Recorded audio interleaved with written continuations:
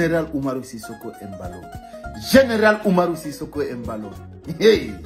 Waran ko jungo gido. Kanko wana ituka yitere anko amai.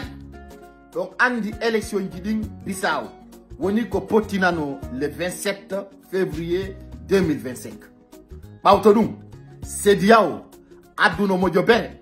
Wo ko fi yewtu gol fi du ngender Guinée Bissau. Général Umaru Sissoko go yano watabeyaru.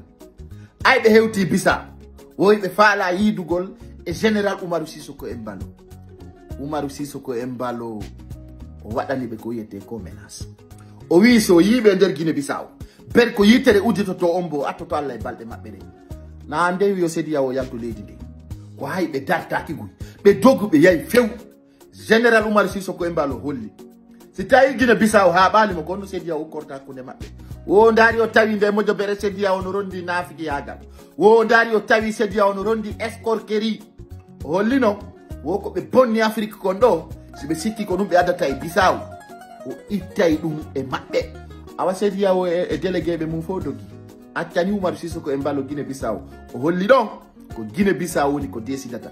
Ko do wadi mi halani non Sediao Union africaine, Nations Unies, Français, Américain. Holoridum ma opposant jo holoridum haray ko lan ko faible jo wodi no be hollirta non Ronaldinho holluno nyande go wo gardien jo mojo ala ko attaquant jo bondo wodi awa ka tigi kanje de yajirali sinafi yo bi marque awa Umaru Sissoko Embalo holli Sediao ukota ko affaire makko e Guinée Bissau o Bissau don ko yimbe be woni ko subimo no andir don non kanko Général Umaru Sissoko Embalo ko jama Bissau woni ko subimo wi ko ma o lamo don ko ma o na don opposition o notu no manifestation le 27 et le 28 sa yaltuno goddo yaltuno jama Bissau fop haldi foti ko Général Umaru Sissoko Embalo woni ko lamo to kaledi don kono mettanta goddo ko hondundu musanta goddo Sediao kayida be wada nafi yaga ko dum mi do weltani Ibrahima Traoré mi do weltani Général Tchani mi do weltani Général Hashimi Keita